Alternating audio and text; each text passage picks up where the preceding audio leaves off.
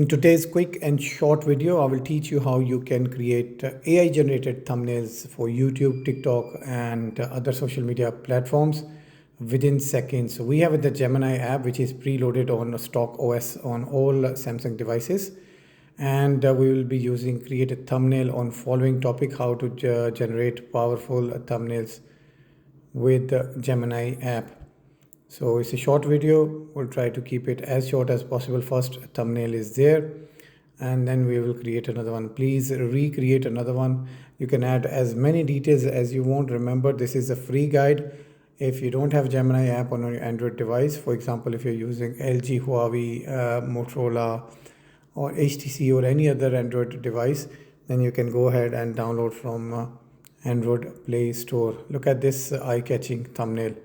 So this is how you can create a powerful thumbnail using Gemini app.